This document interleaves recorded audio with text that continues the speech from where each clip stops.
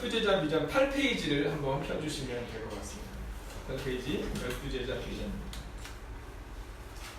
자, 먼저 성경을 같이 한번 읽어볼까요? 8페이지에 있는 성경을 우리가 같이 읽겠습니다. 함께 읽습니다. 시작.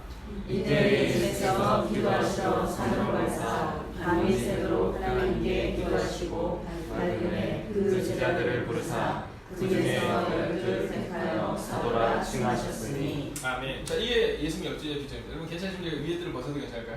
네, 감사합니다.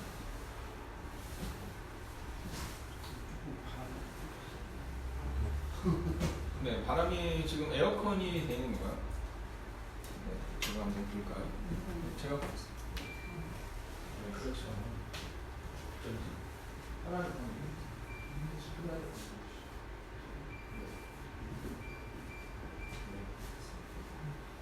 여러분, 우리 인생이 이럴 때가 있는 겁니다. 인생이 이럴 때가 있는 거예요. 에어컨은 켜져 있지만 바람이 나오지 않는데, 네, 그럼 켜놓기는 켜놨는데 바람이 1단으로 되어 있는데, 근데 이제 4단을 했으니까 아마 이제 뭐 시원하다고 생각해요. 제가 옷을 벗은 거 보고 덥다라기보다는 이렇게 좀 움직이면서 제가 하고, 자, 12제자 비전에 대해서 함께 나눠보려고 하는데, 오늘은 10이라는 숫자에 한번 주목해 보는 겁니다. 여러분, 성경에 보면 이 숫자를 굉장히 중요하게 여겨요. 굉장히 중요하게 여깁니다. 그러면 7이라는 숫자는 어떤 의미를 가지고 있을까? 이건 완조 숫자를 말하는 겁니다.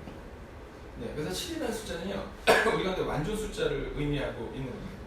그것처럼 우리는 이제 12제자의 의미가 뭐냐, 우리가 이거를 좀 함께 살펴보려고 합니다. 정수야, 어제 몇 시에 끝났어? 2시에 아이고, 우리 어제 몇 시에 끝났니? 정은이는? 이게 참, 네, 감사한 일이죠, 그죠?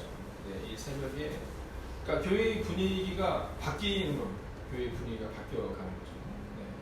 우리 가운데 사실은 저녁 늦게까지 일을 하지만, 집사님 어제 몇 시에 끝나겠어요? 10시. 네.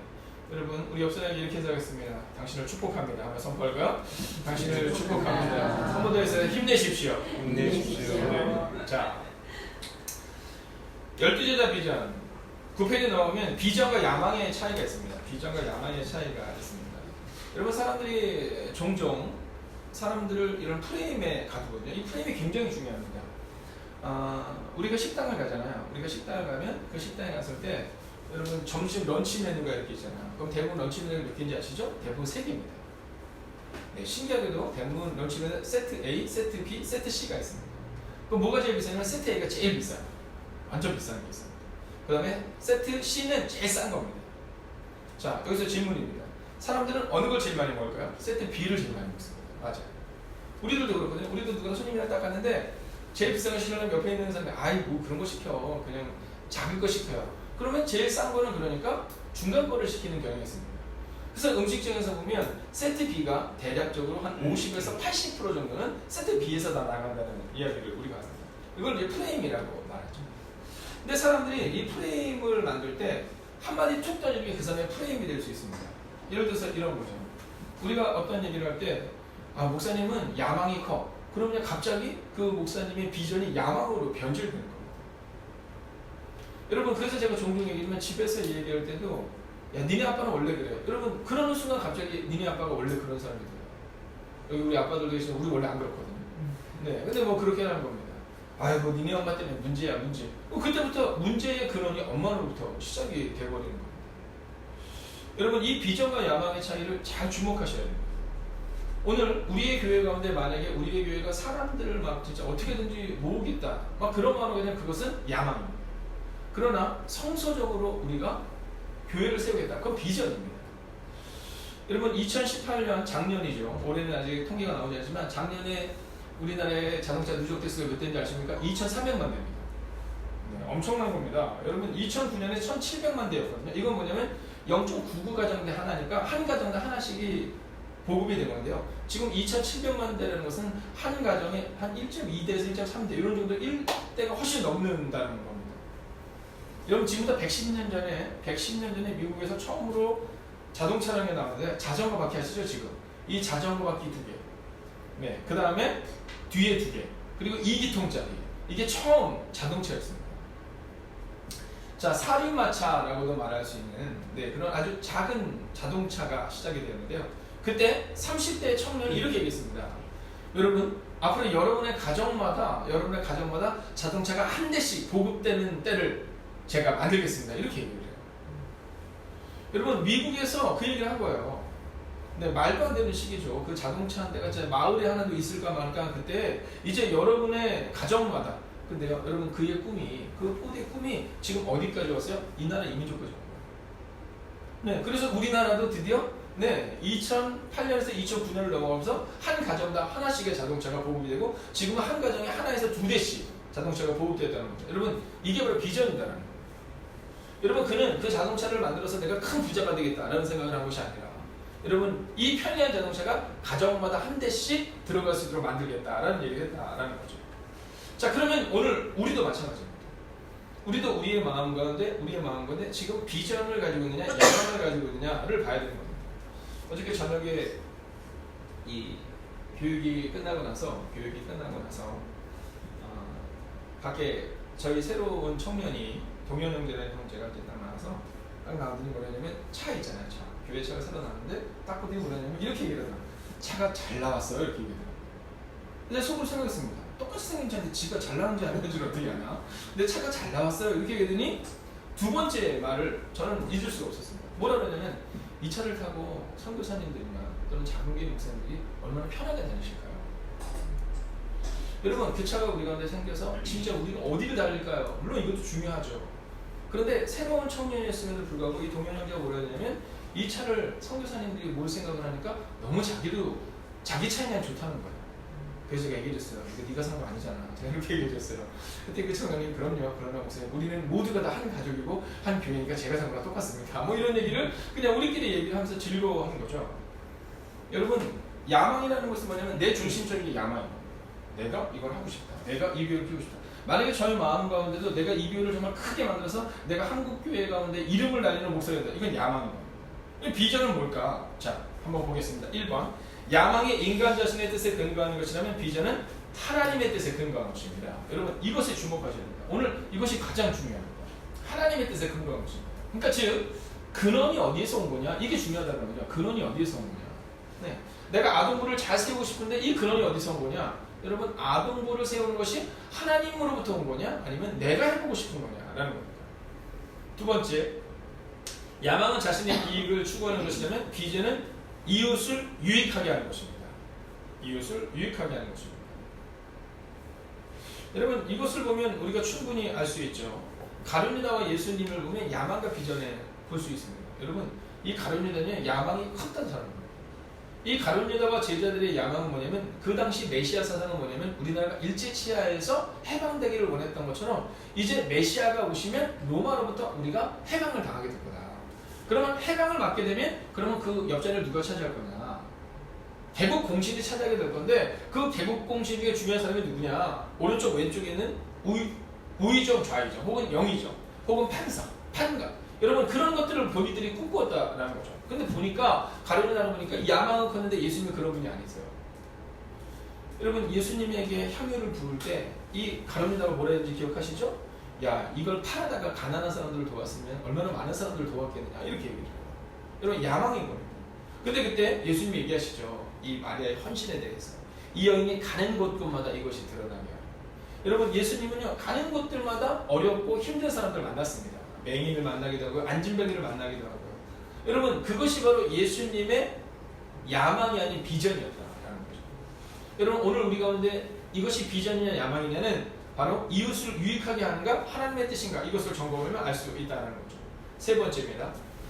야망은 종종 그 실현을 위해 인간적인 수단과 방법을 의존하지만 성경적 비전은 건강한 전략을 필요로 한다는 겁니다. 여러분, 성경적 비전은 건강한 전략을 필요로 한다는 거죠. 여러분, 우리 가운데에 있어서 우리 안에 필요한 것이 있어요. 그것은 뭐냐면 건강한 전략이 필요합니다. 건강한 전략. 제가 이렇게 보니까 바이블 컨퍼런스를 작년에 들고 올해 됐어요. 작년에 들고 올해 들었는데 확실히 작년보다는 올해 숫자가 좀 더 많죠. 네. 올해 숫자가 많은데 이제 이것을 작년에는 새벽과 저녁을 둘 다 다르게 했었잖아요. 네, 그러니까 둘 다 참석을 했어야 되는데 올해 이제 나눠서 합니다. 근데 어저께 제가 여기서 해보니까 너무 좋더라고요.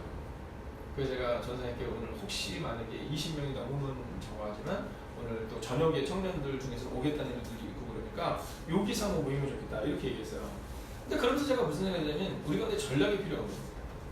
여러분 만약에 우리가 바이블 컨퍼런스를 하면 이 전략 가운데 12제자 비전을 우리가 함께 나누기 위해서는요 오늘 우리 가운데 여러분 좀 전화를 좀 해주세요. 특별히 우리 남성교회 우리 총무님께서는요 좀 연락을 좀 해주세요. 왜냐하면 사실은 이런 모임들이 있을 때 보면 작년에는요 막 교육자들이 막 일일이 막 다 전화를 해요. 네. 근데 올해는 저희가 전화를 잘 하지 않아요. 네. 왜냐하면 정확히는 못한 거죠. 뭐 전선이 너무 바쁘고 각자도 바쁜 일이 있으니까. 그런데 이때는요 남성교회, 여성교회. 여러분 여성교회 분들도 우리 회장님들 임원들이 좀 연락을 좀 해주셔서 여러분 함께 독려하고 격려하는 이 전략들이 필요합니다. 예전에 그 명성교회라는 교회가 있는데 이 명성교회가 새벽기도가 엄청 강했었어요. 네, 새벽기도가 엄청 강했는데 어느 정도 강했냐면 중고등부 애들이 새벽기도 때 특별 새벽기도를 하잖아요. 그럼 몇 명이 개근을 하냐? 8,000명이 개근을 합니다. 네, 중고등부 애들이 8,000명이 개근을 해요. 그리고 그 주변에 있는 학교에서는 어떻게 하냐면요. 그 주변에 있는 학교에서 이제 방학 기간에 공부를 하잖아요. 보충을 하잖아요. 근데 보충할 때 교회로 연락이 온답니다. 혹시 수련회가 언제냐? 왜냐하면 학교에 있는 수많은 아이들과 탁월한 리더들이 교회 수련회 때 다 빠져버리는 거예요. 그래서 그 시간을 피해서 할 정도였다라는 겁니다. 여러분 그런데 그것이 이루어질 수 있다는 게 그들 가운데 전략이 있었습니다. 그 전략이 오늘 나오고 있는 12제자 비전입니다. 그리고 또 한 가지 전략은 뭐냐면 새벽 기도를 할 때 주님이 그냥 하시겠지가 아니라 여러분 새벽 3시에 출근해요. 이런 특별 행사 때는 교육자들이 새벽 3시에 출근합니다. 새벽에 지금은 뭐 핸드폰 같은 게 있지만 예전에 그런 게 없잖아요. 막 수백 통, 많게는 수십 통, 수백 통을 전환하면서 사람들을 막 격려하고 깨우는 겁니다. 여러분 오늘 새벽에도 원래는 우리 반주를 하기로 했던 분이 있었는데 그분이 못 일어난 거예요. 네, 못 일어나가지고 이제 사모님 같이 저랑 같은 어떻게 할까요? 그래서 사모님이 찬송가는 잘 치시는데 이 복음성가는 이상하게 잘 안 맞으세요. 네. 왜냐면 이게 좀 이렇게 좀 잘 맞지가 않는 거죠. 그래서 이제 곡을 부랴부랴 다른 곡으로 이제 찬송가로 이제 바꾸고. 여러분 전략이 필요한 것 중에 하나는 뭐냐면요. 이 아이들을 깨울 때도 사실은 쉽지 않아요. 근데 이 아이들을 우리가 교회로 와서 그 과정들을 거쳐나가냐? 그럼 아이들이 조금씩 성장합니다. 네, 이런 전략이 우리 가운데 필요하다는데 그럼 이 전략이 뭐냐? 성경적 전략이 된다는 거죠. 네 번째, 주 예수 그리스도의 비전은 하나님의 나라이지만 그분은 비전의 실현을 위해 12제자를 소명하고 훈련하고자 하는 계획을 세우셨습니다. 여기는 실현이라 나오고 여기는 실패가 나왔죠. 네. 자, 잘 보겠습니다. 자, 주 예수 그리스도의 비전은 하나님의 나라예요. 자, 성경에 보면 이 세례 요한이 뭐라고 얘기하면 이렇게 얘기합니다. 회개하라 천국이 가까웠다 이렇게 얘기해요. 자, 처음 선포한 게 뭐냐면 하나님 나라예요. 천국, 하나님 나라. 자, 그것처럼 우리 가운데 있어서 예수님의 비전은 뭐였냐면 하나님 나라였습니다. 자, 그분은 비전의 실현을 위해서 12제자를 소명하고 훈련하고자 하는 계획을 세우셨어요. 여러분 12제자가 우리 가운데 지금 세워지고 있느냐, 여러분 이것을 여러분 주목하셔야 한다는 거예요. 우리 마음 가운데 12제자를 소명하고 훈련하는 계획, 이게 바로 예수님의 비전이었다는 거예요. 여러분 우리는 이것을 그분의 전략적 비전이라고 부르는데 밑줄 한번 보십시오. 전략적인 밑줄을 그시고 이게 바로 사명인 겁니다. 이게 사명인 겁니다. 자, 예수님의 전략적 비전은 뭐냐면 12제자를 세우는 것이었어요. 12제자를 세우는 것. 자, 성경 같이 한번 읽어볼까? 함께 했습니다. 시작. 요한이 잡힌 예수께서 갈릴리에 오셔서 하나님의 복음을 전파하여 이르시되 때가 찼고 하나님의 나라가 가까이 왔으니 회개하고 복음을 믿으라 하시더라. 아멘. 자, 하나님 나라의 복음인데 이것을 위해서 12제자를 세웠다라는 거죠. 다음 페이지 한번 넘어가 볼까요? 자, 그러면 12제자 소명의 동기가 무엇이냐라는 겁니다. 여러분 성경을 읽어드릴 필요가 있습니다. 마태복음 9장 35절부터 10장 4절까지 읽겠습니다. 시작. 예수께서 모든 도시와 마을에 두루다니사 그들의 회당에서 가르치시며 천국 복음을 전파하시며 모든 병과 모든 약한 것을 고치시니라. 무리를 보시고 불쌍히 여기시니 이는 그들이 목자 없는 양과 같이 고생하며 기진하며 이에 제자들에게 이르시되 주사할 것은 많되 일꾼이 적으니 그러므로 추수하는 주인에게 청하여 추수할 일꾼들을 보내주소서 하나 하시니라. 예수께서 그의 12제자를 부르사 더러운 귀신을 쫓아내며 모든 병과 모든 약한 것을 고치는 권능을 주시니라. 12사도의 이름은 이러하니 베드로라 하는 시몬을 비롯하여 그의 형제 안드레와 세베대의 아들 야고보와 그의 형제 요한, 빌립과 바돌로메, 도마와 세리마테, 알페오의 아들 야고보와 다데오, 가나나인 시몬 및 가룟 유다 곧 예수를 판 자라. 아멘. 자, 여러분 저를 한번 보시고요. 이 중에서 12제자의 이름 중에 생각나는 이름 하나 한번 얘기해 볼까요? 누가 있죠? 베드로 있고요. 또 요한 있고요. 야고보 있고요. 도마 있고요. 또 네, 가룟 유다도 있죠. 여러분 이렇게 하다 보면 한 5명에서 6명까지는 이미 생각이 나는데 그 다음에 다 생각이 나진 않아요. 네. 자, 우리 가운데 있어서는 이 12제자의 이름을 초등학교 때 막 외우고 막 이랬었거든요. 근데 사실 우리 가운데 있어서의 이 12제자는 어떻게 보면 그냥 12제자 중에 하나죠. 근데 예수님에게는 이 12제자 이름이 딱 박혀 있다는 거죠. 자, 그러면 제가 한번 해볼까요? 이분 성함이 어떻게 되시죠? 네, 이분 성함은 네, 이분 성함은 네, 여러분 이런 겁니다. 자, 이 우리 가운데에 있어서 내가 정말로 중요한 사람의 이름이 생각이 나야 되는 거예요. 근데 그것 중에 또 한 가지는 뭐냐면요, 기도를 하면 그 사람의 이름이 생각이 납니다. 여러분 혹시 12제자 이름을 두고 그분들을 위해서 기도하세요?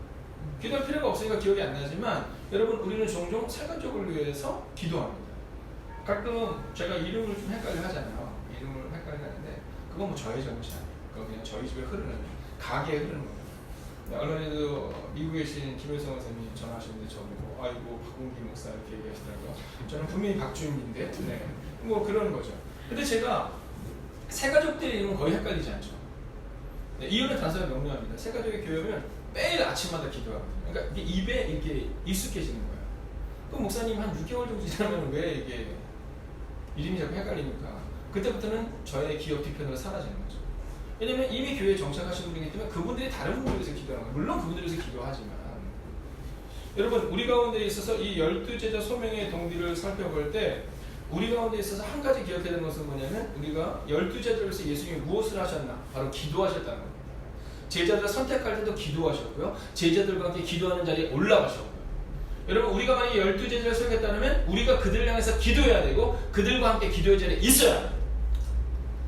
여러분 금요예배를 올 때, 여러분 기도의 자리를 올 때, 여러분 우리가 어떠한 모임에 올 때 여러분 데리고 와야 된다는 거죠. 네, 그들을 데리고 이곳으로 와야 한다는 거죠. 그리고 그들을 위해서 기도해야 된다는 거죠. 자, 한번 볼까요? 마태복음 9장 36절에 되면 목자 없이 방황하는 양무리를 보시고 어떻게 여기셨어요? 불쌍히 여기시기도 하시고 어떤 성경은 민망이라고 표현하기도 하고 어떤 성경은 긍휼히 여겼다를 표현을 합니다. 자, 이 컴패션이라는 단어 자체가 가지고 있는 이 긍휼히 여기는 마음이 있었다라는 거죠. 즉 불쌍히 여겼다라는 겁니다. 자, 방황하는 양무리를 보시고 여러분 우리 가운데 있어서 세상을 향해서 우리 마음에 어떤 마음이 있으면 긍휼히 여기는 마음이 있어야 돼요. 역사를 한번 쭉 보시고 제가 이렇게 얘기했어요. 당신이 참 긍휼하시군요. 한번 해볼까요? 시작. 당신은 참 긍휼하시군요. 여러분 저를 볼 때 어떤 마음이 드세요? 정수야 목사님 보면 어떤 마음이 들어? 불쌍한 마음이 들어? 밟고 넘어서겠다 이런 마음이 들어?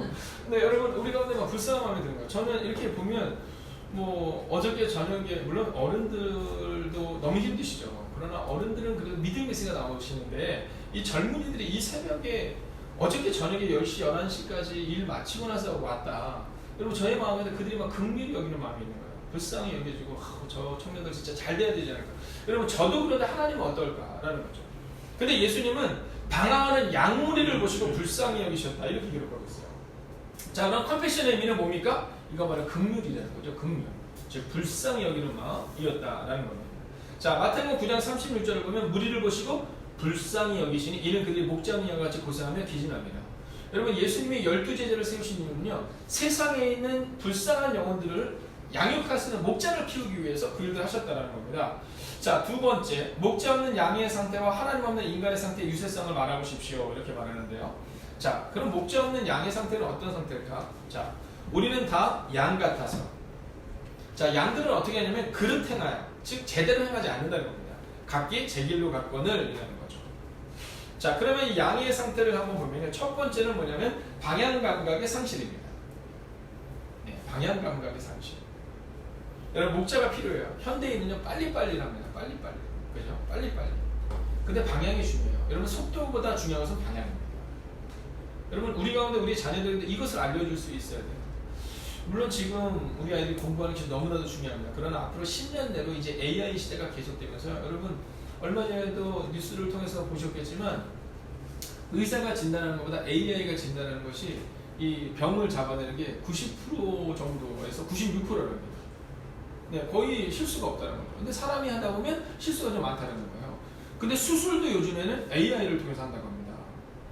여러분 그러면 이제 정말로 우리 가운데 필요한 것은 뭘까? 여러분 속도가 아니라 방향이라는 거죠. 어디로 가야 되는지를 우리가 방향을 제시해 줘야 한다라는 겁니다. 근데 양들은 방향 감각의 상실입니다. 두 번째는 자구책의 결여입니다. 자구책의 결여. 여러분 양은요 혼자 할 수가 없어요. 혼자 할 수가 없어요. 제가 아직도 기억나는 게 예전에 저희 교회에 오셔서 지금은 나오시진 않지만 한 성도님이 오셔서 저한테 그런 얘기 했어요. 목사님 처음 왔는데 너무 힘들더래요. 뭐가 힘드냐 했더니 화장실이 어디냐고 물어봐야 되는데 그거 참 쑥스럽다라는 거죠. 네, 화장실이 어디냐고 물어보는데 그게 참 쑥스럽다는 거죠. 그래서 저희가 어떻게 했냐면 그 화장실에 대한 부분들, 점심 식사에 대한 부분들 그런 것들을 다 거기다가 표시를 해준 거예요. 여러분 양은 교회를 처음 오면요 자구체계를 뭐냐면 자기 스스로가 할 수 없습니다. 그렇기 때문에 누군가를 그들을 이끌어야 됩니다. 세 번째, 자 쉽게 오염될 가능성이 있습니다. 이 부분은 굉장히 중요합니다. 여러분 이 양들의 특징이 뭐냐면요 쉽게 오염되기가 참 쉽습니다. 자 교회는 보면 공동체를 보면 우리가 세 가지를 얘기합니다. 첫째는요 좋은 양이 있어요. 좋은 양이 있습니다. 자 좋은 양이 많을까요? 많을까요? 네 많죠. 근데 사실은 좋은 양이 많은 교회도 있지만 그렇지 않은 경우도 많아요. 왜냐면 일반적으로 볼 때 좋은 양이 몇 프로냐라고 얘기하면 좋은 양은 한 20% 정도 된다라고 얘기합니다. 여러분 베르나르 베르베르의 개미라는 책을 한번 보셨죠? 거기도 보면 나오지만 우리가 어렸을 때 왜 파스텔을 본 중기 같은 데 보면 이 개미가 일을 하는 비율이 몇 프로냐면 20% 정도입니다. 네, 개미가 일을 하는 비율이 20%예요. 근데 재미있는 게 뭐냐면요 이 20%의 개미들을 딱 띄어내요. 딱 띄어내서 또 놓잖아요. 그러면 재밌는 사실은 뭐냐면 그 20%는 다 열심히 하는 개미만 띄어낸 거예요. 그럼 다 열심히 할까요? 아니요. 그 중에서 또 20%만 일을 한다고 합니다. 이게 개미의 특성이라는 거예요. 신기하죠. 네, 일을 잘하는 개미 20% 딱 띄어내면 다 100% 일하겠지. 근데 그게 아니라 가면 20%만 일한대요. 여러분 그렇기 때문에 이 사회 구조적으로 볼 때 공동체에서 20%의 사람들은 착한 양, 열심히 하는 양을 그럴 확률이 큽니다. 그러면 나쁜 양은 몇 프로가 될까? 나쁜 양은 20%가 된다고 이야기합니다. 네, 어느 공동체든지. 여러분 예전에 분당 우리 교회라는 교회에서 그 목회자 신임 투표를 한 적이 있었어요. 근데 분당 우리 교회 2차선 목사님 얼마나 탁월하게 목회했는지 모릅니다. 근데 여러분 20%가 반대했어요. 네, 그걸 통해서 뭐라고 말씀하시냐면 그런 얘기 하셨어요. 내가 완전하지 않은 거고 공동체의 모습을 우리가 볼 수 있어. 이렇게 얘기를 했어요. 대부분 다 뭐냐면 99% 정도는 다 찬성하기 때문에 그게 그렇지가 않다라는 거예요. 여러분 그러면 그 20%의 양들이 나쁜 게 그게 아니라 그들은 뭔가를 냉철하게 말하는 사람들이 있을 수 있다는 겁니다. 자 그러면 몇 프로가 남아요? 60%가 남죠. 그죠? 이 60%가 누구에게 영향을 받느냐가 그 교회를 미래를 결정짓는 거예요. 자 오늘 3번에서 쉽게 오염될 가능성이 있다고 얘기했는데요. 자 옆 사람을 보면서 이렇게 말씀하세요. 제가 당신과 비슷합니다. 한번 인사해볼까요? 자 시작. 여러분 그러지 않으려고 비슷합니다. 비슷해요. 네. 다른 교회 목사님들이 저희 교회 성도님들 보고 그러세요. 야 박 목사 그러세요. 선배님들이시니까 그래서 예 목사님 이렇게 얘기하면 아니 박 목사님 교인들은 어쩜 그렇게 순하니 이렇게 얘기하세요. 네 이렇게 그러니까 어디서 이렇게 뭐하고 순서가 바뀌고 뭐 이렇게 얘기하면 막 강력하게 항의하는 분들도 있고 막 이러거든요. 뭐 겨울 같은 때 저희가 하는 게 뭐죠? 사경회 같은 데 가면 막 이렇고 막 이런 분들이 있어요. 교회들만 이렇게 딱 보면 교회의 독특성이 있습니다. 네. 어떤 교회는 작년에 내가 분명히 이거 했는데 왜 안 했냐고 막 하는 교회. 그러면 우리가 목회자들 이렇게 서로 얘기하는 거예요. 저기 교회는 어느 세계 교회 중에 하나일 거다. 100% 맞습니다. 그러면서 뭐라 하시냐면 아니 교인들이 어쩌고 그렇게 순하니 이런 얘기를 합니다.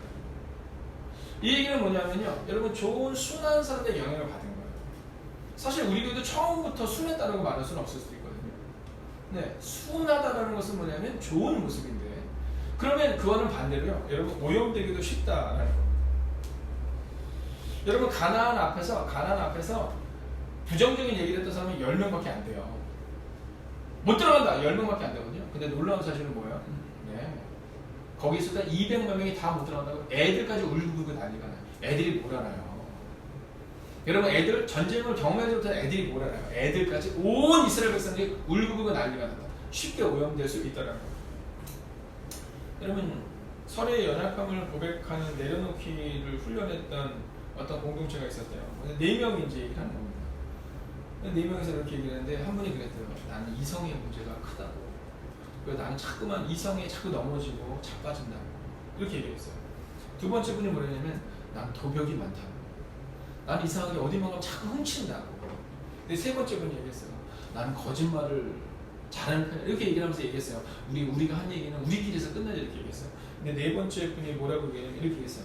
나는 남의 얘기를 들으면 그렇게 소문을 잘 낸다고. 이렇게 얘기했어요. 여러분 우리가 할 수 없다는 거죠. 양은 그렇다는 거예요. 양은. 네. 그래서 저는 중보 기도를 할 때 중보 기도원이 부탁하는 거예요. 왜 저는 묻습니다.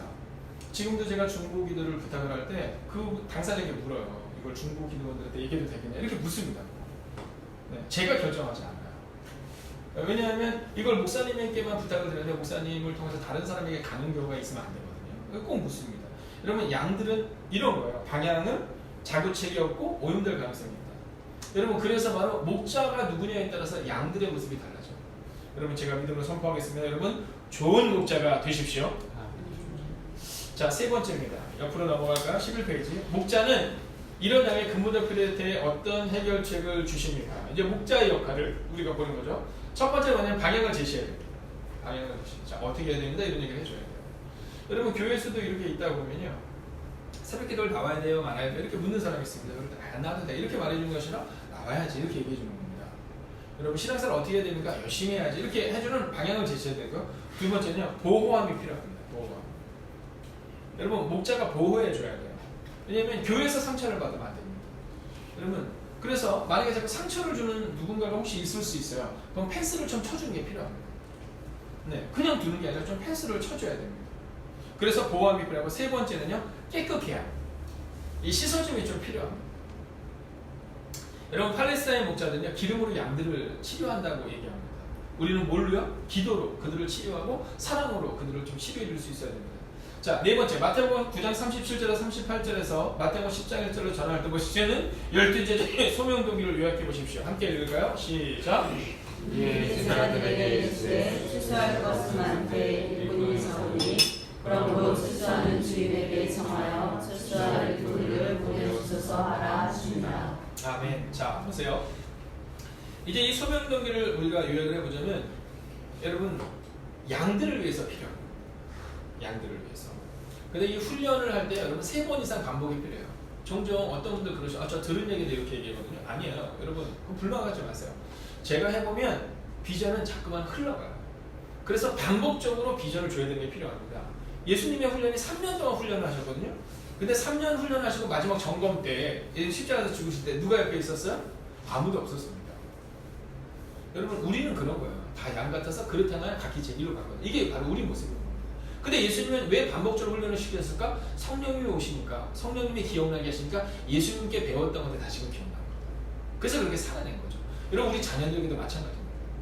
여러분 자녀들을 억지로 말씀을 읽히게 하는 것 같지만 여러분 그 말씀을 읽히게 하는 순간, 말씀을 듣게 하는 그 순간부터 변화가 일어난다라는 거죠.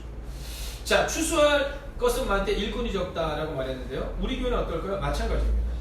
우리 교회에도요, 여러분 추수할 일꾼이 적습니다. 그렇기 때문에 이제 12제자의 비전을 계속해서 가져야 한다라는 겁니다. 자, 마태복음 10장 1절 읽을까요? 시작. 예수께서 그의 12제자를 부르사 더러운 귀신을 쫓아내며 모든 병과 모든 약한 것을 고치는 권능을 주시니라. 여러분 제자 훈련의 목적은 뭐냐면 목자를 양성하는 것이에요. 네, 제자 훈련의 목적은 목자를 양성하는 것입니다. 그러니까 제자 훈련의 목적을 우리가 착각할 때가 있어요. 그래서 우리가 머리가 커지는 식으로 만들어낼 때가 있거든요. 성경 지식적으로 커지는 경우가 있는데 그게 아니라 여러분 목자로 만들어서 그래서 더러운 귀신을 쫓아내며 모든 병과 모든 약한 것을 고치는 권능을 주셔야 된다는 거죠. 여러분 세상을 향한 일꾼이 되도록 하는 것이 바로 예수님의 12제자의 소명이었어요. 그래서 제자들을 부르사 더러운 귀신을 쫓아내게 하시고 약한 자들을 고치게 하는 일들을 위해서 그들을 보내셨다라는 겁니다. 그러니까 우리가 이제까지는 교회에서 왔다 갔다 했다면 이제는 교회에 왔다 갔다 하는 것이 아니라 분명한 비전이 있어야 되는데 바로 이것을 성경은 우리가 교회로서 제시하고 있다라는 겁니다.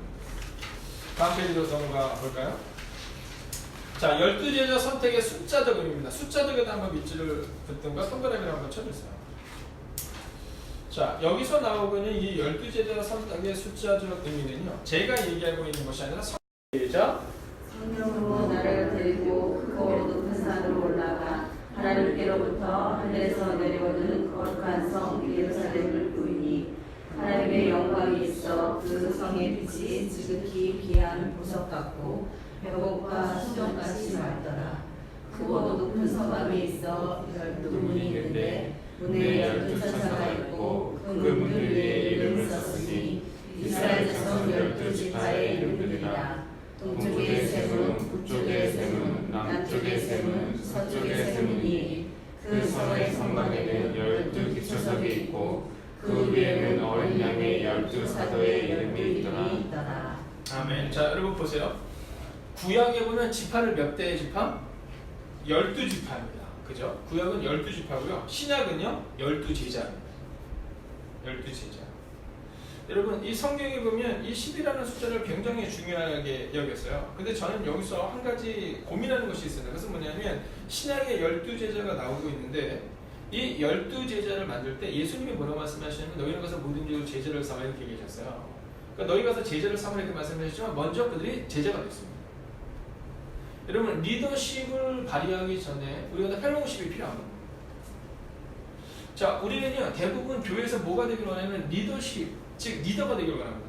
근데 그게 아니라 성경은 펠로우십이 필요하다고 해요. 따르는 자가 먼저 돼야 된다 이렇게 얘기를 해요. 여러분 가르침을 받는 자가 돼야 됩니다. 왜냐하면 우리의 믿음의 상태는 늘 어디에 있냐면 과거에 있어요. 과거에. 내가 과거에 훈련 받았다는 거죠. 저 그런 얘기 별로 좋아하지 않습니다. 네, 저희 교회는 이제 집사가 되거나 권사가 될 때 여러 가지 과정을 거치죠. 그런 얘기 하거든요. 저 예전에 그랬어요. 예전에.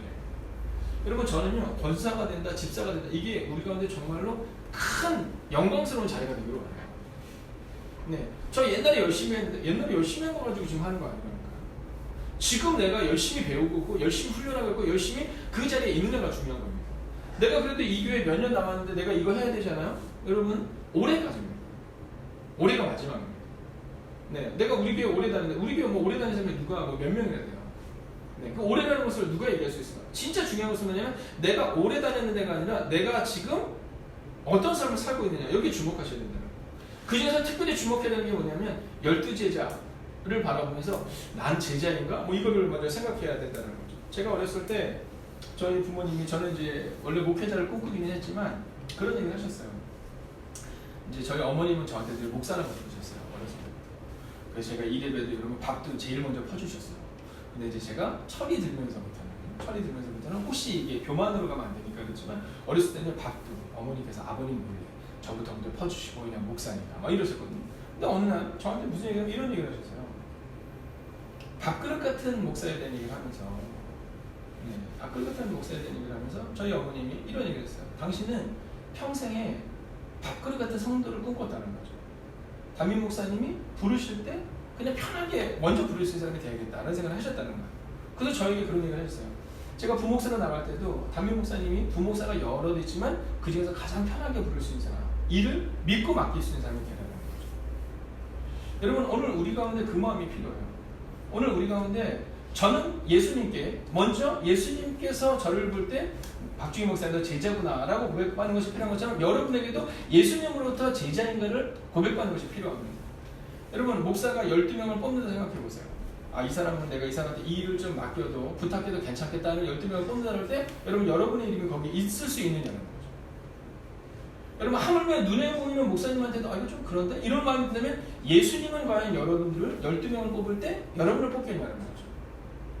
우리의 마음 가운데 이 마음을 가져야 돼. 내가 예수님이 12명을 뽑을 때 그 한 사람이 되겠다. 그러면 그 한 사람이 또 다른 12명을 세워나갈 수 있다라는 거예요. 그게 바로 12제자 비전의 모습이다라는 거예요. 두 번째, 조직체와 시간관리의 기본수가 12라는 겁니다. 자, 통일 이스라엘 왕국의 12는 뭐냐면 장관을 얘기합니다.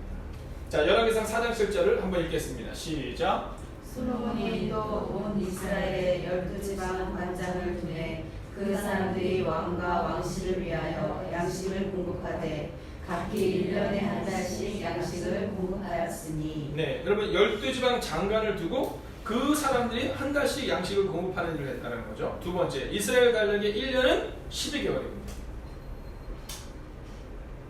자, 이게 10이라는 숫자죠. 자, 세 번째입니다. 사회 문화적 의미는 어떤 게 있느냐? 여러분, 의미 있는 의사소통을 위한 역동성의 한계수가 이 10이라는 겁니다. 자, 이스라엘 가옥의 수용 가능한 수, 그러니까 2층 다락방을 제외하고요. 그 숫자가 12집입니다. 네, 그러니까 그 집에서 같이 살 수 있는 그런 좋은 숫자의 마지노선이 10이라는 거죠. 자, 12명 미만의 공동체가 바로 기초공동체, 즉 베이직 커뮤니티가 된다는 거죠. 여러분, 이걸 볼 때 제가 목회를 하면서 성서적으로 이렇게 볼 때 그럼 12명, 여러분 7에서 8명이 최적입니다. 7에서 8명이 최적이에요. 자, 최적이라는 것은 뭐냐면 7명에서 8명이 있어도 된다는 거예요. 7에서 8명이 있으면 참 좋다라는 거죠. 근데 성서는요, 그렇게 거기서 끝내지 않아요. 7에서 8명이 최적이지만 거기서 제자를 더 만들어야 된다. 그래서 10명이 되면 배가를 준비해야 되고 12명 이상이 되면 또 찢어지기가 싫어하거든요. 아닙니다. 그때부터는 또 다른 6명으로 배가해서 다시 최적의 7명, 8명을 만들고 그리고 거기서 또다시 10명을 만들어서 배가를 준비하고 12명이 되면 배가를 이루어내야 한다라는 거예요. 여러분, 오늘 우리 가운데 있어서 정말로 필요하고 정말로 중요한 것은 뭐냐 하면 바로 이 10이라는 숫자가 성서적으로 어떻게 우리 가운데 다가오냐라는 겁니다. 그러면 이제 마지막 뒤로 넘어가서 13페이지입니다. 12제자의 선택과 훈련은 어떻게 됐느냐? 여러분, 그것을 마지막으로 보려고 합니다. 자, 첫 번째입니다. 선택의 방법입니다. 뭘까요? 기도입니다. 기도. 네, 선택의 방법은 기도입니다. 여러분, 기도입니다. 기도. 제가 이번에 아동부 성경학교를 보면서 또 중고등부 성경학 수련회를 보면서 느꼈던 것이 있어요. 우리 병희 간사님이 참 밝지 않으세요? 네, 참 밝아요. 어저께도 어떤 청년이 병희 간사님한테 인사하면서 농담으로 농담 잘하는 아우 진희 간사님이신가 이렇게 인사를 하더라고요. 진희 간사님 아시죠? 우리 파랗게 분장해가지고 정말 즐거운 그런 신앙생활을 하지만 아주 중요한 걸 한 가지 갖고 있다. 그게 뭐냐? 기도입니다. 기도. 네, 성경학교를 하면서 새벽에 와서 그 부르짖으면서 기도하고 몸부림치고 여러분 얼마나 지금 사실은 학기 중에 힘들고 방학 동안 내가 좀 쉬어야겠다 할 텐데 여러분 그 기도의 모습이 느껴지더라고요.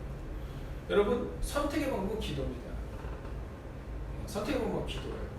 근데 우리는 선택할 때 뭘 하기로 하냐? 네, 오래된 사람, 영향력이 있는 사람.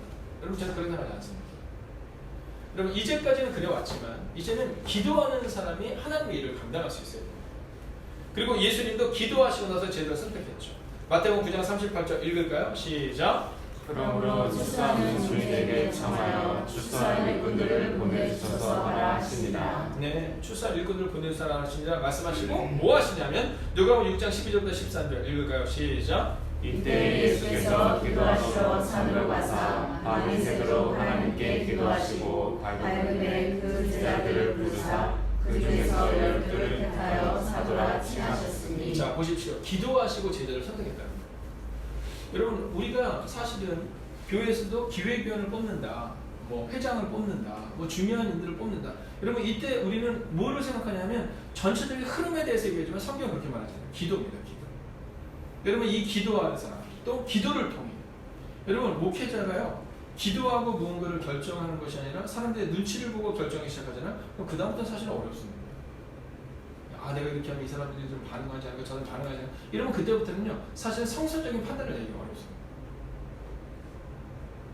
또한 뽑힌 사람들이 기도하지 않잖아요. 그러면 사실 어렵습니다.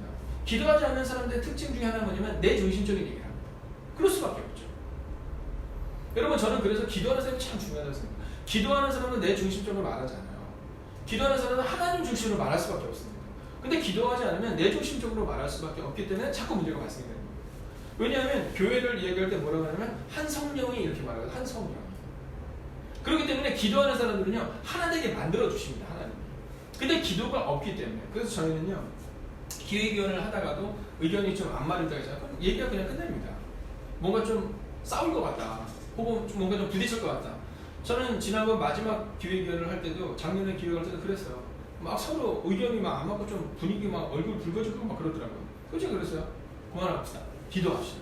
기도하고 내일 다시 만납시다. 여러분 기도하면 하나님께서 우리 가운데 주시는 음성을 들을 수 있는데 기도하지 않으니까 내 의견을 자꾸만 내는 거예요. 여러분 여기서 탁월한 사람은 아무도 없습니다. 목회자도 마찬가지고 여러분도 마찬가지입니다. 여러분 제자 훈련의 선택과 훈련은 바로 기도가 첫 번째였다는 것을 기억하십시오. 두 번째는 뭐였을까요? 굉장히 중요합니다. 훈련의 방법 두 번째는요 함께함이라는 겁니다. 함께함. 자 마가복음 3장 14절 읽을까요? 시작. 이에 열두를 세우셨으니 이는 자기와 함께 있게 하시고 또 보내사 전도도 하며. 여러분 전도하기 전에 뭐 했다고요? 네, 자기와 함께 있게 하셨다는 거예요. 여러분 이게 필요한 거야. 이게 필요한 거예요. 제가 이번에도 남성교회 우리 이제 임원들에게 제가 얘기했어요. 최소한 2주에 한 번, 가능하면 1주에 한 번씩 우리가 이제 매번 만나겠다. 네, 제가 이런 얘기했습니다. 제가 여성교회 분들도 마찬가지고 또 어떤 분이 건의를 하셔서 뭐 분기별 한 번이든 이렇게 해서 그 옆에 세미나실에서 이렇게 같이 밥 먹는 시간 이렇게 가지면 좋겠다 이런 얘기를 했는데요. 여러분 훈련의 방법 중에 가장 중요한 것은 함께 해주는 겁니다. 함께 해주는 겁니다. 특히 여러분들이 오늘 딱 마음을 정하세요. 아 내가 누군가에게 좀 연락해줘야겠다. 뭐 그런 사람 있어요? 네. 여러분 그런 사람이 12명은 있어야 된다는 겁니다. 아 내가 이 사람들을 좀 양육해 야겠다. 이 사람들을 좀 기도해줘야겠다. 여러분 그래서 지금 처음부터 12명은 아니지만 아 내가 이 사람한테 오늘 좀 연락해줘야겠는데 그 집사님이 나오실 만한데 왜 못 나오셨을까? 그 집사님이 오실 것 같은데 무슨 일이 있으신가? 여러분 우리 마음에 그 마음이 있어야 된다는 거예요. 자 그리고 더 중요한 것은 뭐냐면 12명을 세우고 나서 그들을 사도로 세우셨어요. 제가 우리 장로님이나 권사님이나 집사님들께 좀 부탁하는 게 있어요. 그건 뭐냐면 이제 여러분들은 저의 관심에서 좀 멀어져야 됩니다. 이런 얘기를 제가 해요. 네. 목사가 교회 중직들을 바라보면서 그 사람 오나 안 오나 이 고민하면 여러분 이때부터 어려운 겁니다. 사실. 네. 그 사람들이 나를 왜 안 챙겨주세요? 이러면 좀 어려운 거예요. 함께 하는 것은 여러분 12제자를 보세요. 12제자가 세워지고 나니까 예수님으로부터 멀어지기 시작합니다. 그리고 복음을 들고 나아가기 시작합니다. 여러분 이게 맞다라는 거죠. 처음에는 함께 있게 하지만 그 다음에는 전도도 하고 보내줘야 되는데 우리는 영원히 함께 있게 하길 바랍니다. 여러분이 이제 목자 역할을 감당하다 보면 그럴 때가 참 많아요. 네, 목자 역할을 감당하다 보면 막 사람들이 막 우리 목자님이랑 끝까지 있고 싶어 막 이런 사람도 있거든요. 거기에서 나갈 수 있도록 가리키는 거예요. 여러분 그러기 위해서는 충분히 함께하는 필요합니다. 여러분 충분히 사랑을 좀 경험해야 돼요. 옆 사람이 하고 이렇게 인사하세요. 저에게 충분히 사랑을 주세요. 충분히 사랑을 주세요. 네, 한 번 더 해주세요. 저도 충분히 사랑을 드리겠습니다. 저도 충분히 사랑을 드리겠습니다. 네, 여러분 그러셔야 돼요. 여러분 사랑받은 사람이 사랑합니다. 우리 김일영 목사님은 교회 와서 사랑 많이 받으신 것 같아요? 네, 그러면 사랑할 수 있는 거예요. 왜냐면 제가 보니까 김일영 목사님이 그 성함은 잘 생각나지 않지만 정인이나 정옥이 엄마를 굉장히 되게 잘 챙기시더라고요. 여러분 잘 챙김을 받은 사람이 잘 챙겨줄 수 있어요. 여러분 늘 보는데 막 교회에서 막 지적하고 뭐 이것이 옳다 그러다 얘기하고 그것만 자꾸 보잖아요. 그럼 신기한 건 뭐냐면요. 처음에는 욕하거든요. 근데 뭐예요? 그 다음에는 배워요. 그래서 욕하면서 배운다는 거예요. 여러분 그래서 함께 있는 사람이 중요하지만 어떤 사람이 함께 있어주냐가 중요해요. 긍정적인 사람이 함께 있어요. 사랑을 많이 주잖아요. 애들도 그렇습니다. 애들도 딱 보면요. 얘가 사랑을 많이 받았는지 안 받았는지 알아요. 우리 재은이 보세요. 엄마 사랑 많이 받은 것 같아요? 안 받은 것 같아요? 네. 엄청 받은 것 같죠? 네. 엄마 옆에 붙어 있다는 자체가 그런 거예요. 네. 엄마 옆에 붙어 있다는 자체가 그런 거고요. 긍정적인 얘기를 들어보면 그럼 엄마가 어떤 얘기를 하는지 알 수 있는 거예요. 여러분 이것은 농담이지만 진담일 수도 있습니다. 어떤 목사님이 그러시다고요? 딱 가면 아동부 애들이나 유치부 애들을 봐도 그 부모님의 상태를 알 수 있다는 거예요. 네, 그런 얘기를 종종 하세요. 선배 목사님. 네, 어떤 아이들은요 목사님 방에 들어오는 것을 겁내지 않아요. 네, 막 부모님만 겁내요. 네. 그 얘기는 뭐냐면 그냥 친밀한 거예요. 목사님 얘기를 들을 때 늘 친밀하니까 그냥 목사님만 보면 물 확확 열고 들어오는 거예요. 괜찮은 거고 나쁜 거 아니에요. 초등학교 가면 어차피 선생님들 다 혼나고 다 배웁니다. 네, 우리가 안 가르쳐도요 초등학교 가면 다 배워요. 근데 어떤 애들은요 막 목사님 보면 불편해하고. 여러분 지금 한국교회 청장년들이 없잖아요.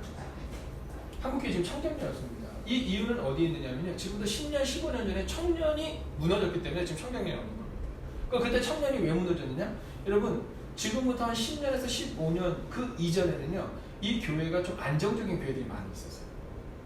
근데 이 인터넷이 발달이 되고 이 온라인상에서 여러 가지 것들이 있으면서 청년들의 마음 가운데에도 이런 교회에 대한 이런 불편한 마음들을 갖고 있는 사람들도 조금 있었는데, 근데 교회에서 자꾸 그런 문제가 발생이 됩니다. 네, 그리고는 그 얘기를 들으면 집에 가서 뭐라고 얘기해요? 대부분 집에 가서 자녀들에 대해서 그냥 쉽게 얘기합니다. 근데 그것이 쌓이고 쌓인 거예요. 여러분 우리가 자녀들한테 막 교회 욕 함부로 하고 목사님에 대해서 장로님에 대해서 권사님에 대해서 함부로 얘기를 하잖아요. 그러고 나면 아이들에게는 그게 쌓여요. 그 마음이. 그래서 그렇게 교회를 떠난 세대가 누구냐면 바로 지금의 청년의 세대입니다. 여러분 20년 전에 그 일들이 굉장히 많았었어요. 한국 교회 내에. 여러분 저는 이제 우리 가운데 함께 있어줌이 필요하다고 생각해요. 그래서 사랑을 많이 줘야 돼요. 진짜 사랑을 많이 줘야 돼요. 교회는 사랑받으러 오는 거예요. 네, 애들도 절대로 혼내지 마세요. 제가 지난번에도 제가 그 얘기 듣고 누군지는 나한테 얘기하지 마라 이렇게 얘기했어요. 누군지 나한테 얘기하지 마라. 왜냐하면 내가 그 누군지를 듣고 나면 그러면 혹시 그 얘기를 하는 게 좀 불편할 수 있으니까 누군지 얘기하지 마라 이렇게 얘기했지만, 교회에서 막 학생들 너무 혼낸다는 거죠. 네, 여기 아동부실 앞에서 있다가 막 그냥 이거 지적하고 저거 지적하고 뭐 너 이러면 안 된다 저러면 안 된다. 선생님들께 맡기세요. 간사님들께 맡기시고. 여러분 중직들의 책임은 뭐냐면 사랑을 주는 겁니다. 중직들의 책임은 사랑을 주는 거지 중직들의 책임이 가리키는 게 아니에요. 가리키는 건 교사들한테 맡기세요. 여러분 참 신기한 거 있잖아요. 참 신기한 거 있잖아요. 우리들 자녀가 잘못한 거 잘 압니다. 네, 우리 장로 집사님 가끔 정수가 이렇게 잘못하는 거 잘 아시죠? 네, 누구보다도 잘 알죠. 네, 그래서 엄마가 혼낼 땐 괜찮은데요. 누가 혼내면 기분 나빠요? 네, 우리 다 알아요. 네, 저희 주위 주민이가 어렸을 때 저희 주민이가 완전히 이 치킨을 귀신이었어요. 귀신. 그래서 유치부에서 걔가 5살이니까 어리잖아요. 어린데도 치킨 데이가 한 달에 한 번씩인데 그러면 제일 먼저 가서 먹는데요. 그리고는 제일 늦게까지 먹는데요. 그럼 사람들이 다 그렇게 얘기해요. 목사님 치킨 좀 사주세요. 이렇게 얘기해요. 그러면 선생님들이 또 물어봐요. 야 집에서는 부모님이 치킨 안 사주니? 그럼 얘는 천연다스 얘기해요. 우리는 치킨 같은 거 안 먹어요. 근데 집에서 한 달에 한 번씩 먹었는데 안 먹는다는 거죠. 막 그런 얘기를 할 때 우리가 더 잘하나요? 녀석 이렇게. 근데요 유치원 선생님이 너무 잘해서 좋다고 얘기하면요 목사님에도 불구하고 좋아요. 네. 근데 어떤 분이 그렇게 얘기를 하시는 거예요. 얘가 그냥 식탐이 강하다고. 네. 제가 잘 안다니까요. 우리 아이들 식탐 강한 거. 그러니까 이제 진짜는 아니고 이제 그 당시에 그렇게 말하는 선생님은 없었는데, 예를 들어서 저희 주민이가 예전 성민교회를 엄청 가고 싶어요. 왜일까요? 선생님들 중에 주민을 보면서 너 식탐에 가다 이런 분이 한 번도 없어요. 야 우리 주민이 잘 먹는다는 거예요. 넌 5살이 어쩜 이렇게 잘 먹니? 그러니까 더 잘 먹는 거예요. 여러분 그런 거예요. 함께 있어준다는 것은 지적하고 가리켜서 되는 게 아니라 보여주는 거죠. 청소하는 모습을 보여주면 자녀들 자연스럽게 청소를 하게 되는 거죠. 자, 결론으로 가겠습니다. 자, 12제자 선택과 훈련은요, 세 번째 콜롬비아 보고타에 ICM 선교교회가 있습니다. 이 교회가 12제자 비전으로 1990년입니다. 네, 그러니까 꽤 오래된 일이죠. 네, 70개의 셀에서 8년 만에 몇 개의 셀로 부흥했냐면 24,000개의 셀로 발견했습니다. 부흥했습니다. 여러분 엄청난 부흥이죠. 근데 그 핵심 전략이 뭐냐면 셀 교회 내 오직 1인을 예비 목자로 삼는 대신 목장원 전체를 12제자 비전을 갖게 하는 것이었어요. 여러분 이게 왜 중요하냐면 우리 가운데 착각이 뭐냐면 우리 목장들을 이렇게 보면서 우리 목원들 가운데서 이 사람은 좀 닮았는데 이런 착각들을 한다는 거죠. 그렇게 하지 말라는 거예요. 여러분 예수님의 제자 중에 제대로 된 사람 누가 있었어요? 제대로 된 사람은 성경이 볼 때 가룟 유다가 제대로 된 사람이고 나머지 사람은 사실은 제대로 됐다고 보기 어려워요. 그 사람들 지역이 다 어디에 갈릴리입니다. 지금으로 치면요 인정받지 못하는 도시 사람들이었다는 거죠. 근데 예수님은 그 사람들을 통해서 베드로 너는 될 것 같고 요한 너는 될 것 이런 얘기를 하지 않고 그냥 다 12명의 제자들을 12제자와 시키시라 했다는 거죠. 여러분 한 사람을 바라보면서 그 사람만 키워야 할지가 아니라 여러분 우리 마음 가운데 다 그를 가능하다라고 믿어야 된다는 거죠. 네 번째 우리는 12제자 비전을 갖고 목자 혹은 예비 목자의 가능성이 있는 사람들의 명단을 적어보겠습니다. 여러분 한번 적어보시겠어요? 아, 내가 볼 때 이 사람은 될 것 같아요 라는 사람 한번 적는 거예요. 네, 이 사람이 목자가 되면 진짜 좋겠는데. 그리고 그 이름에 자기 이름이 있는지 한번 보세요. 그리고 그 이름에 자기 이름이 있는지 한번 보세요.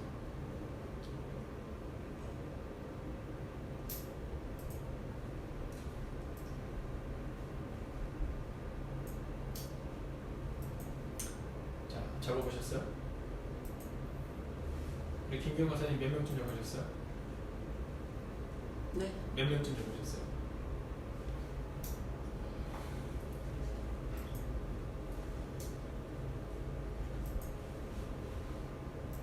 몇 명쯤 적으셨나요? 적고 있으세요? 사모님 몇 명쯤 적으셨어요? 아, 4명 적으셨어요? 우리 장은혜 목사님 몇 명 적으셨어요? 네, 주희 집사님 몇 명 적으셨어요? 그럼 2분이요. 네. 자, 거기 여러분들 이름이 있으세요? 여러분? 모두 이름이 있는 거예요. 저는요, 예수님이 제자를 부르시고 나서 그 12명의 제자들 중에 놀라운 일인 것처럼 여러분, 우리가 먼저 그 이름 가운데 있어요. 여러분, 저는요, 언제든지 떠날 수 있는 사람입니다. 그렇잖아요. 목사는요, 3가지 준비를 해야 돼요. 뭐냐면 죽을 준비. 그래서 저는 잠자기 전에 제 주변 일을 좀 잘 하려고 하는 편입니다.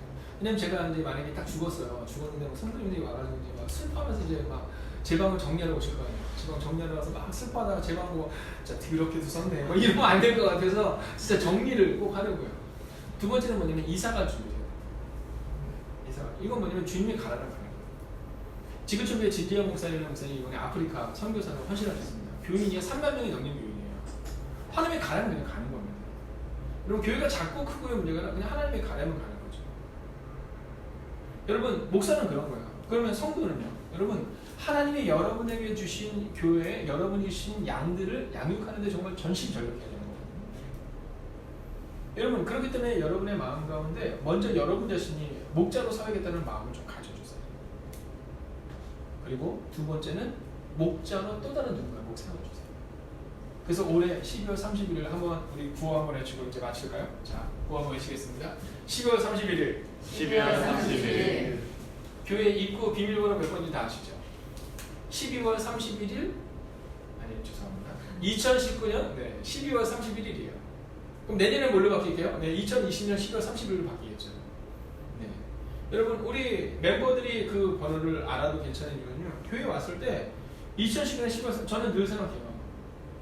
네, 어떤 분의 집에 제가 신방을 가니까 거기 써있더라고요. 문 앞에. 네. 올해의 마지막을 기억하라. 네. 작년에 설교 제목도 했었어요. 근데 신방을 딱 하니 거기 써있더라고요. 올해의 마지막을 기억하라. 저는 너무 감사했어요. 아, 말씀을 듣고 진짜 사람들이 이렇게 기억하고 있구나. 사람들이 말씀을 듣고 기억하고 있구나. 여러분, 올해 마지막에 12월 31일 날 한 명의 목자를 세워봅시다.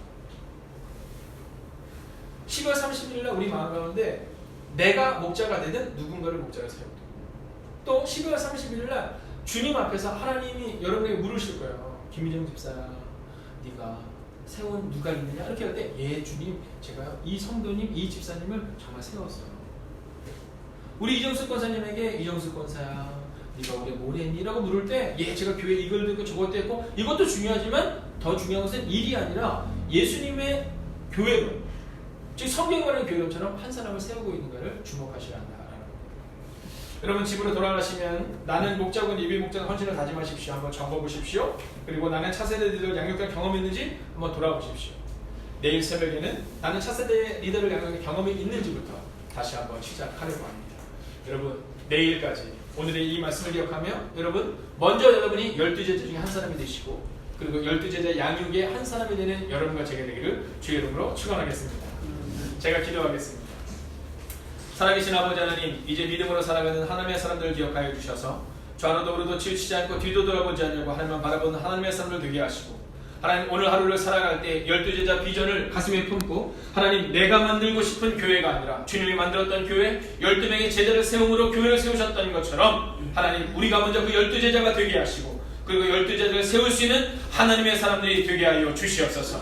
하나님 12월 31일이 되었을 때 너는 무엇하다 왔니? 라고 우리가 물으실 때 예 주님, 저는 먼저 제가 제자가 되었고 그리고 그 주님의 제자 한 사람을 세웠으나 고백이는 하나님의 사람들이 되기를 성부와 성자와 성령의 이름으로 간절히 축원하옵나이다.